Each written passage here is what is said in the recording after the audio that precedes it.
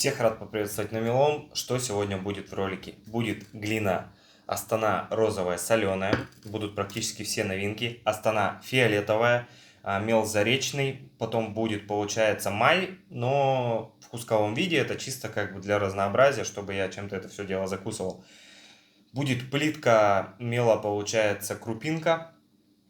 После чего, вот это вот самое интересное будет в конце, я похрущу, получается, не знаю, кто давно подписан, думаю, помнят, года полтора назад я, получается, завернул мокрый мел в кулек и просто забыл о нем. Вот прошло почти полтора года, я достал его, высушил, сегодня попробуем, отдает ли он плесенью за полтора года.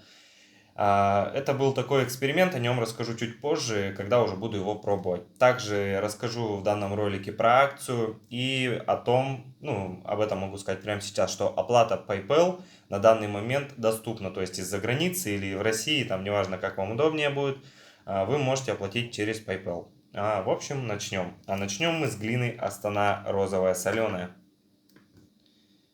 Ну, по структуре она ощущается, что она такая сливочная, достаточно пыльная, кстати, марка. Ну, это та же самая Астана розовая, что тут про нее говорить, да, просто она соленая. Давайте проверим, так ли она и действительно, так ли оно, или действительно ли она соленая.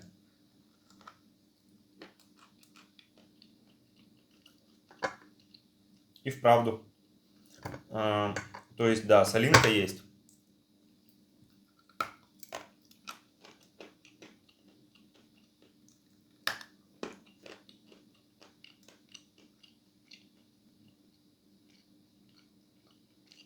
Ну вот еще одна соленая глина в ассортименте появилась. Солинка тут такая нежная, еле промелькивающая, но чувствуется, что глина соленая.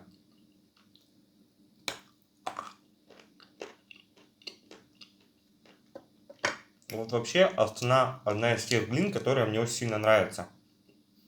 Любимая это, конечно, все-таки уральская, из-за того, что самая большая схожесть на мел именно с уральской есть. Нет залипания всех вот этих моментов. А подобную глину я могу покушать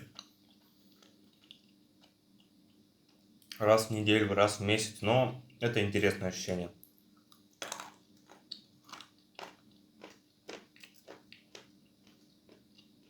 Присутствует какое-никакое, но залипание все-таки у нее есть.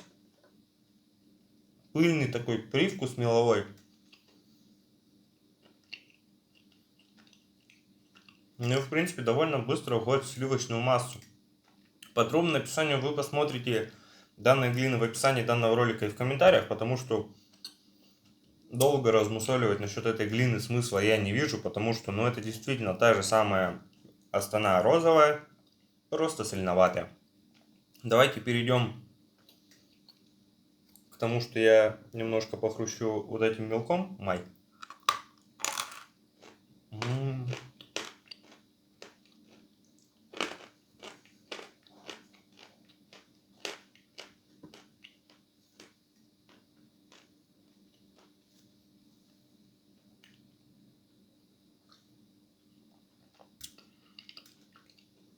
Мне, кстати, так этот мел понравился, что я только один этот сорт ем уже на протяжении недели.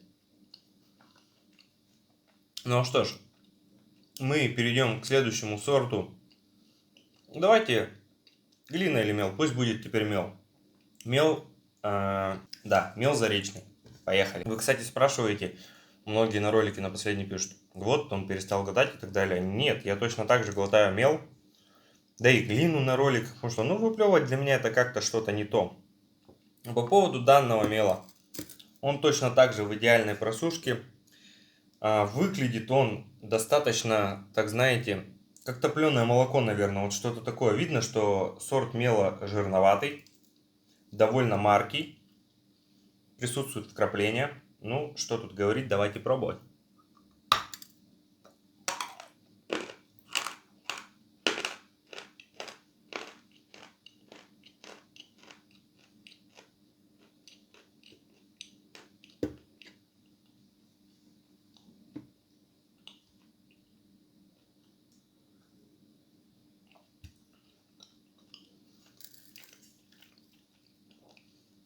А вкус следующий.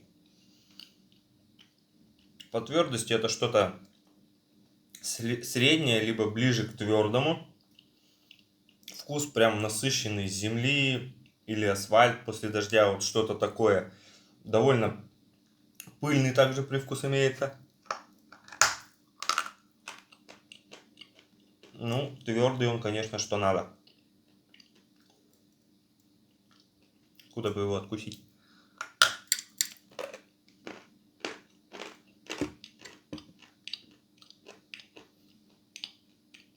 Сначала я подумал, что у меня после глины очень большая сливочность.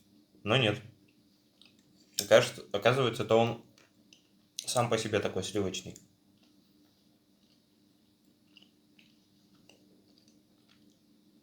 Знаете, какая-то золотая середина между жирным сортом и глиномелом. То есть есть снежок, допустим. Снежок это золотая середина между сухим и жирным сортом. А именно вот этот мелок это середина между жирным и глиномелом.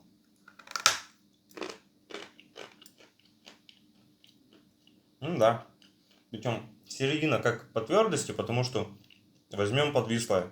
Капец он просто какой твердющий, его фиг откусишь. Да и молоком фиг расфигачишь. И допустим сорт Ватутин, да? Он уже такой средней твердости. А вот это что-то между ними.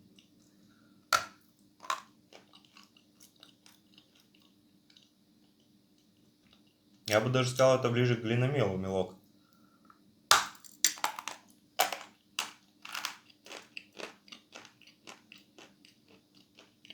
По моей оценке, кстати, глина. Давайте не будем брать в расчет все глины. Возьмем Астану. Они примерно все одинаковые.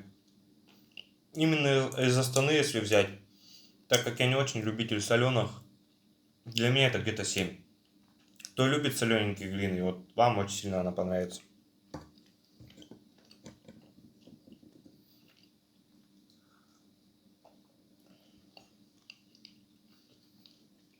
Что же по данному мелку? С водой немножко другой привкус открылся. Вот этот пищи бумаги, вот этот вот привкус. Такое чувство у меня сейчас появилось, будто я тунгышта раз попробовал. Прям вау.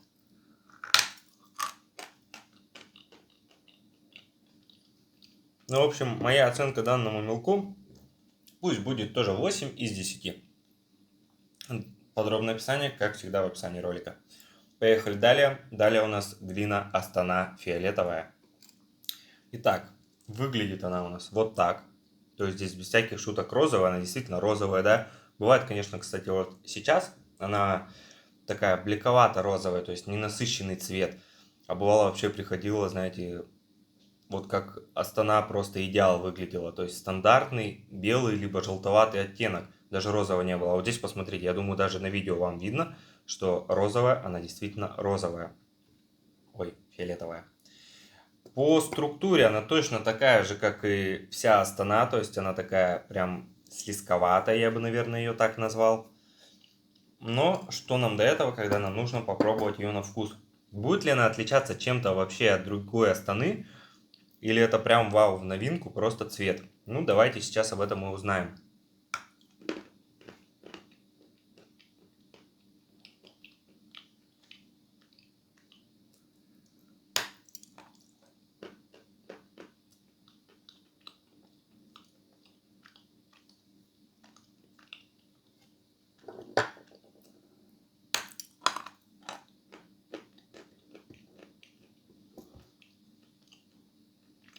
Такой необычный вкус. Она отличается от предыдущей Астаны. Эта глина более рыхловатая. Причем даже ее кашица.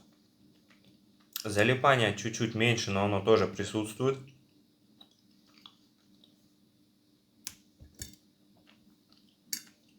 И будто бы она тоже соленоватая.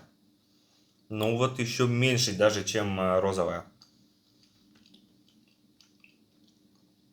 По вкусу. Блин, вот эта вот небольшая соленоватость, она так сбивает вкус, что я не понимаю, что это за вкус. Ну попробую сейчас описать. Вот она, знаете, похожа чем-то на голубую узбечку по вкусу. То есть, ну, вот есть какое-то такое некое ощущение, что схожесть, в общем. Выглядит, ну, конечно, немного по-другому. Голубая узбечка там вообще будто булыжники какие-то прям. В общем, даже не знаю, что добавить. Давайте, в общем, я посмотрю описание в интернете, и уже, когда вы будете смотреть ролик, вы сможете зайти в описание и подробное описание данной глины посмотреть, потому что сейчас наговорю не того, а там лучше в интернете гляну разные описания и посмотрю, с чем у меня действительно вот эта ассоциация была. Потому что то ли какой-то таблеточный привкус это идет, то ли что, вот не могу понять. В общем, давайте перейдем уже к плитке, крупинка и к мелу, который я 1,5 года выдерживал, да, для того, чтобы посмотреть, какая-то плесень на нем образуется или нет. Ну, а перед тем, как к этому перейти, я бы хотел сказать следующее. Получается, давайте так, с 21 числа или даже с сегодняшнего прям дня, я сегодня сразу ролик закину, до 25 числа будет скидка действовать на весь ассортимент 10%. Чем вы можете оплатить, допустим, по России? Отправляю я абсолютно в любую точку. Главный вопрос стоимости, и готовы ли будете вы оплатить за доставку такую стоимость, да? Отправляю я транспортными компаниями, отправляю, получается, Боксбери, СДЭК, деловые линии, но это тоже транспортные уже, и в Почты России в том числе отправляю, и пикпоинтами отправляю. В общем, Берлогистика, все способы абсолютно есть. Оплата на банковскую карту идет за заказ. В зависимости от способа доставки, то есть вот за заказ вы оплачиваете всегда сразу, да, а в зависимости от способа доставки, то есть где-то можно еще и за доставку при получении оплатить. Допустим, это Боксбери, он практически в каждом городе есть. То есть если это село, конечно, отправка у вас будет именно через Почту России, но также, допустим, через Почту России я могу отправить Авито. То есть вы оформляете Авито доставку, я объясню вам, как это делается, это очень несложно. К примеру, у меня вот на днях несколько человек оформляли заказ, да, у них большой вес был. Почта России в районе 8000 доставка выходит. И чтобы вы понимали, через Авито доставку той же Почты России вышло 49 рублей. То есть просто разница. Я бы даже сказал, что Авито доставка практически вообще бесплатно вышла, да, если так подумать.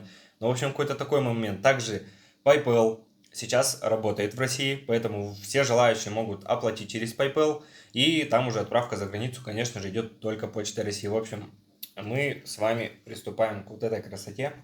Аккуратно все это дело ставим. Похрущу, пожалуй, попозже крупинкой. Вот те два куска, которые 1,5 года назад я специально положил в салофановый кулек, очень плотно затянул, они были там влажные, для того, чтобы понять одну вещь. Вот смотрите, иногда приходит мел настолько выраженным, запахом и привкусом и вкусом плесени, что каким-то мелкам, да, это помогает, когда ты их просушишь, это проходит, каким-то это не помогает.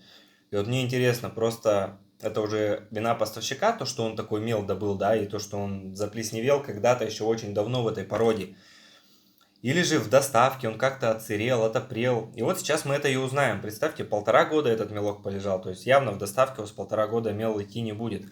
Поэтому давайте мы сейчас этот момент с вами и уточним. Я что сделал? Он 1,5 года в салофановом кульке полежал. Я его достал, полностью просушил. На вид никаких признаков какой-то плесени или чего-то подобного нету. Ну, давайте будем пробовать.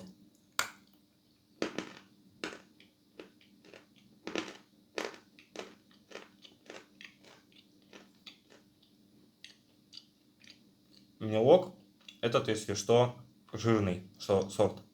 Ватутин или Васильполе, я уже не помню.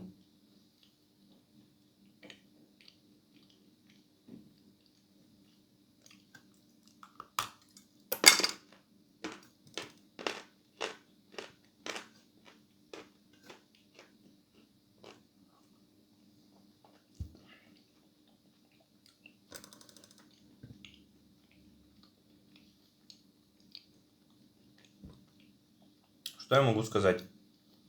За 1,5 года примерно в салофановом кульке он не приобрел вкуса плесени. То есть, когда я открыл салофановый кулек, когда вот только-только он еще влажный там мел, запах был. Ну вот он у меня полежал буквально недельку на солнышке. Сушился, конечно, дня 2. Но я имею в виду, сколько он там в итоге лежал до ролика. И нету никакого ни привкуса, ничего. Скорее всего, мел вам приходит с привкусом, запахом плесени. Во-первых, когда он вам такой пришел, для начала не переживайте, просто просушите его. Если это не помогло, то, конечно, можно еще промочить его водой сразу же после этого и просушить еще раз.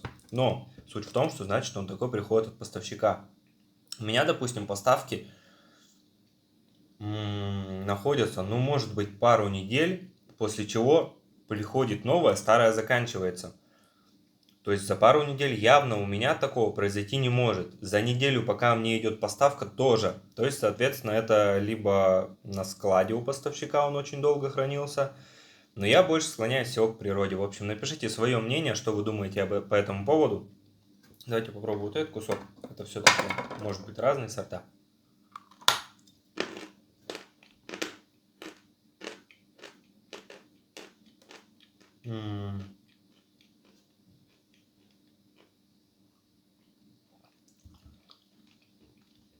Это уже сухой сорт. Капец, почему вот он мне сейчас понравился? Я очень давно сухие сорта не ел. В основном жирные. В основном в последнее время это вообще мел май. А этот откусываешь. Такой вкус побелки. Это просто что-то с чем-то.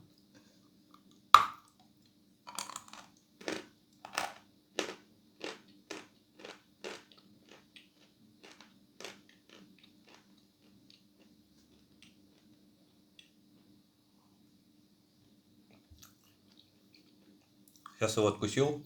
И такой маленькая нотка именно вот это вот заплесневевшего какого-то запрелого мела была. Но она практически сразу ушла. Ну, это говорит о том, что этот мел, скорее всего, как раз таки из-за природы такой, потому что лежали-то они вот таким способом вместе, правильно?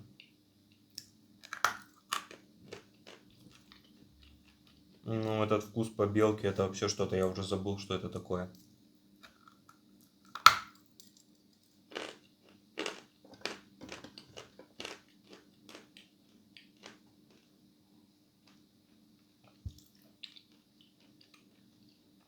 Вкуснятина. Но все-таки в сухих сортах есть вот эта своя изюминка. То есть ни один жирный сорт не будет настолько ярко и отчетливо передавать вкус побелки, как сухой сорт. Многие часто спрашивают, чем они вообще друг от друга отличаются. Ладно, не просто сорта, а вот именно, допустим, есть сухие, жирные, глиномелые, песочные. Песочные сорты. Это, в принципе, сам говорит за себя. Это сухой, как и сухой сорт, только в нем присутствует песчинка, то есть это скрип на зубах. Он очень легко откусывается. Вкус плюс-минус в основном побелки. Сухой сорт, в нем уже нет никакой песчинки. Это то же самое, как взять глину. Вот, допустим, Астана розовая, да, она есть соленая, есть обычная. Вот и здесь также. В каком-то есть вот эта крупинка, в каком-то нет. А возьмем Белая гора, это сухой сорт. То есть это тот же самый отчетливый вкус побелки. Он уже идет чуть-чуть потверже, чем песочный сорт. И никаких песчинок уже там не будет. То есть он не будет на зубах вот это вот скрежение, скрипение и так далее. Жирный сорт. Он уже откусывается довольно сложнее. Привкус такой сливочно-пыльный, меловой. И хруст, соответственно, подольше держится, да. Возьмем глиномел. Допустим, глиномел, ну какой?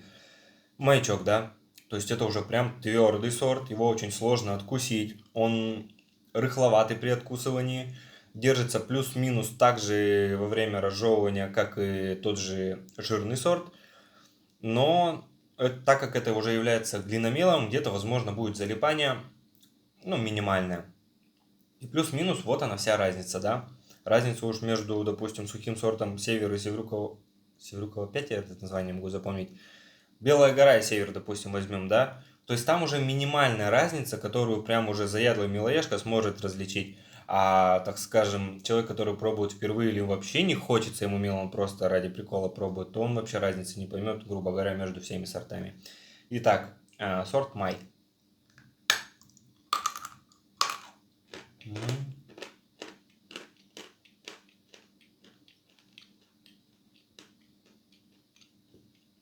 Жирный сорт. Цвет топленого молока. Откусывается средне.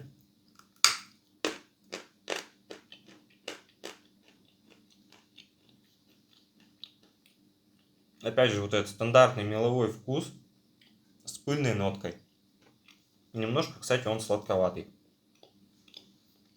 Ну, все описания, как и сказал, будут уже, соответственно, снизу. Его я взял вообще чисто, описание на этот ролик было, вы можете его посмотреть, буквально предыдущий или предыдущий ролик.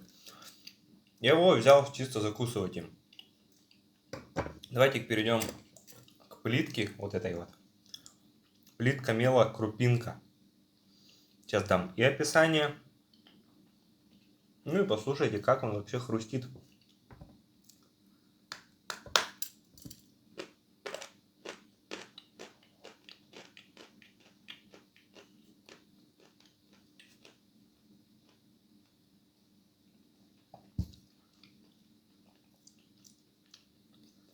Пока что не то.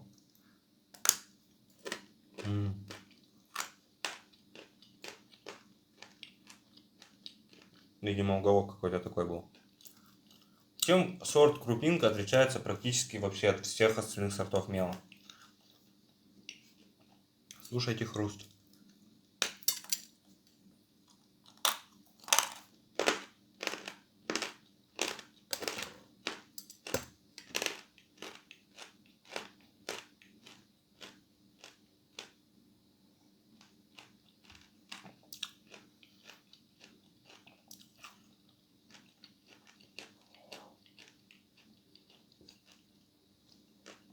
Вот вся разница.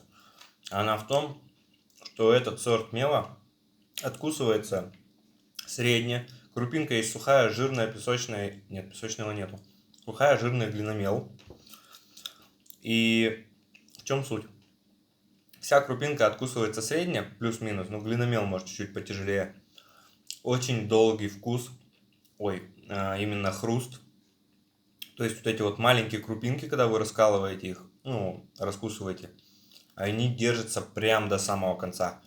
Даже после запивания водой, вы сейчас видели, я запил, точно так же дальше хруст продолжился, потому что, вот такая вот особенность данного сорта.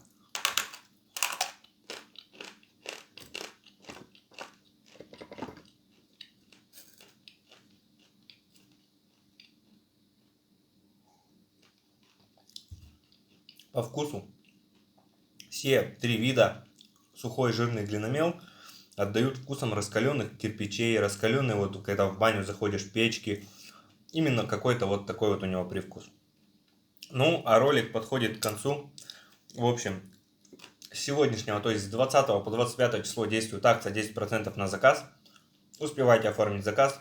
Его оформить можно, не нужно писать в комментариях, сколько будет стоить доставка и так далее. Просто зайдите в описание данного ролика, либо в комментарии, и там написан мой комментарий. И в самом верху или внизу, в общем, в нем будет находиться ссылочка на группу ВКонтакте. Там около 5000 подписчиков уже. И это основной мессенджер, назовем его так, где я принимаю заказы. Также, кому неудобно заходить в группу, это есть у меня также WhatsApp. Он тоже будет указан. И третий вариант — это Instagram. Но в Инстаграме мало кто сейчас сидит, поэтому жду вас в WhatsApp либо в группе. Был какой-то такой ролик. Крупинка для меня по хрусту это 10 из 10. Просто очень долго она держит именно свой хруст. А с вами был канал Меловой. Не прощаемся. До скорых встреч.